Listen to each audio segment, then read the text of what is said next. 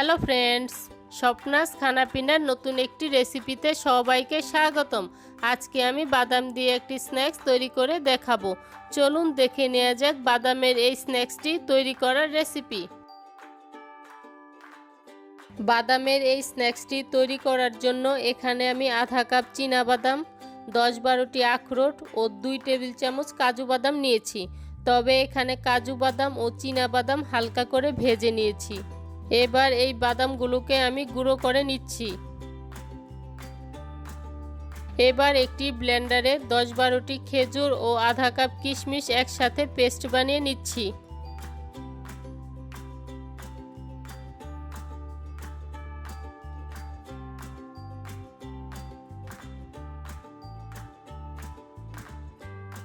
এখন একটি বাটিতে গুঁড়ো করে নেওয়া বাদাম,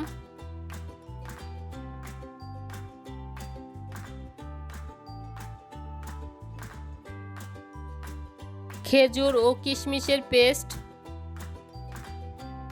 আধা কাপ কুচানো কাঠবাদাম, ভেজে নেওয়া আধা কাপ কুমড়োর বীজ, ভেজে নেওয়া আধা কাপ তিল, 2 টেবিল চামচ মধু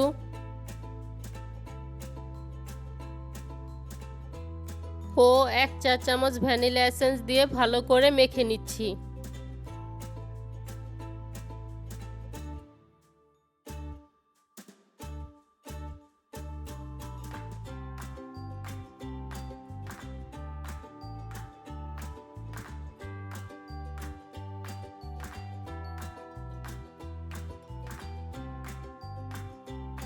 মাখা হয়ে গিয়েছে। এবার এর থেকে পছন্দ মতো শেপে বানিয়ে নিচ্ছি।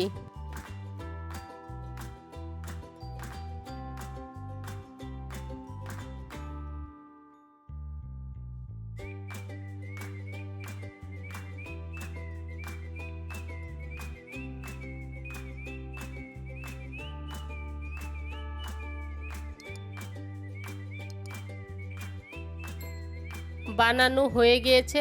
এবার পছন্দ মতো সাজিয়ে পরিবেশন করে নিলেই তৈরি হয়ে যাবে বাদাম দিয়ে মজাদার স্ন্যাক্স।